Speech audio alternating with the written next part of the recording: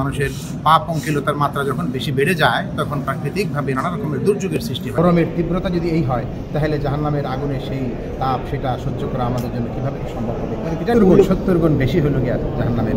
নানা রকমের প্রাকৃতিক যে দুর্যোগগুলি এবং পরিবেশের বিপর্যয় যেটাকে আমরা বলি, এগুলি নানা রকমের বৈজ্ঞানিক ব্যাখ্যা তো আছেই। তাছাড়া মানুষের আমলের দিক থেকে হাদিসের বিভিন্ন বর্ণনায় আসছে, মানুষের পাপ অঙ্কিলতার মাত্রা যখন বেশি বেড়ে যায় তখন প্রাকৃতিকভাবে নানা রকমের দুর্যোগের সৃষ্টি হয়। এই জন্য এই যে প্রচণ্ড তীব্র গরম, এটা আমরা আল্লাহর কাছে আমরা যেটা বলবো যে আল্লাহ, হয়তো আমাদের অবশ্যই ভুল আছে, আমাদের ত্রুটি আছে, আমাদের পাপ গুনাহ অনেক বেশি হয়ে গেছে।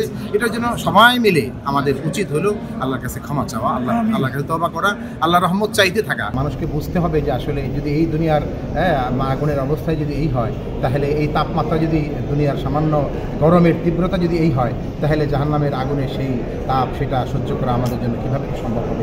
এটার জন্য আল্লাহর কাছে আসলে মূলত মুমিনদের এটা আল্লাহর কাছে পানা চায়। ওই জন্য বারবার কিন্তু আল্লাহ নবী আমাদের শেখাইছেন, দোয়া করো, রব্বানা আতিনা ফিদ দুনিয়া হাসানা ওয়া ফিল আখিরাতি হাসানা ওয়া কিনা আযাবান নার। আল্লাহ, আগুনের সাজা থেকে আপনার কাছে আমরা পানাহ চাই। কাজেই পানাহ চাওয়ার ভিতর দিয়ে ইনশাআল্লাহ আল্লাহ আমাদের প্রতি দয়া করবেন। 70 গুণ বেশি হলো গিয়া জাহান্নামের।